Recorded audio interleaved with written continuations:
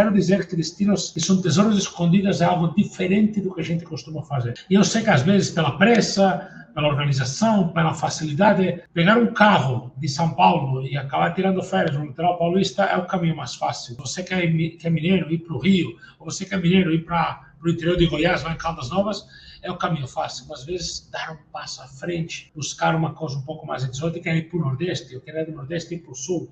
E sem sair do país, sem nenhuma barreira linguística, você já tem uma experiência que pode ser um tesouro escondido. Se eu tenho que fazer uma recomendação, eu recomendaria a todo mundo de Centro-Oeste, Sul e Sudeste do Brasil, eu recomendaria a todos a fazer, por exemplo, um Fernando de Noronha, ou uma Chapada Diamantina. Esse tipo de experiência muito interessante. Para todo mundo que é do Nordeste, eu recomendaria Serras do Paraná, Serras Gaúchas, do Rio Grande do Sul. Tudo isso são experiências únicas, brutalmente únicas, né? Eu acho que depende de onde você é, você tem uma pérola, um tesouro escondido em um lugar ou em outro.